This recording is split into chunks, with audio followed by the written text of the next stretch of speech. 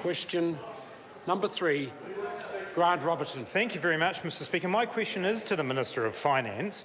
Did he read the report Taxation of Multinationals prepared by the Treasury and the Inland Revenue Department dated 15 August 2013? And did he undertake the action sought from him to agree to the recommendations contained in that paper?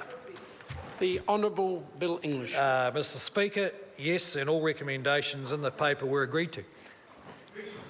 Supplementary question, Grant Robertson. What action did he take on being advised in that paper by officials, quote, that to protect our international reputation, it may be necessary to strengthen our regulatory framework for disclosure and record keeping?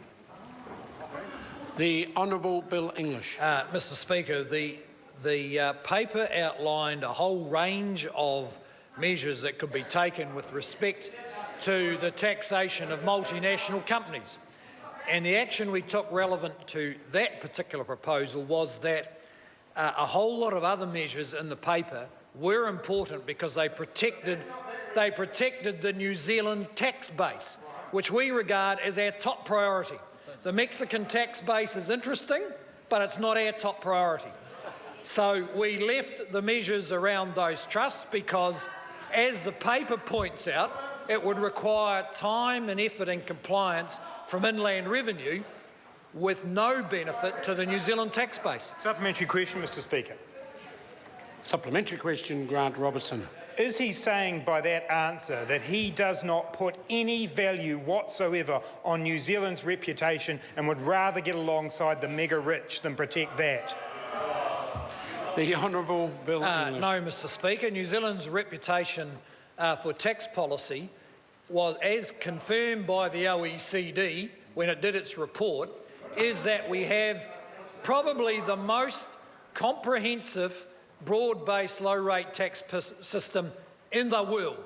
That is, no other developed country has a tax base with as few holes as New Zealand. That report was about taxation of multinationals in New Zealand. A large number of the recommendations have been implemented, and we decided that the opposition's view about New Zealand as a tax haven is pretty irrelevant. Supplementary question, Mr Speaker. Supplementary question, Grant Robertson. Is it correct that New Zealand is the only OECD country that allows tax avoidance through trusts in this way? The Honourable Bill English. Well, Mr Speaker, I don't know about the rules for trusts in every other OECD country, but that's not what the OECD said. What they said was that we comply.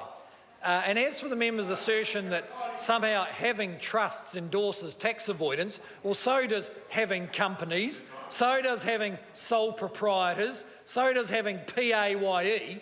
The tax vehicle is not determinant of whether there's avoidance. Of course, it's the way people use them that matters, and our top priority is how New Zealanders use our tax vehicles, not how Mexicans use it. Supplementary question, Mr Speaker.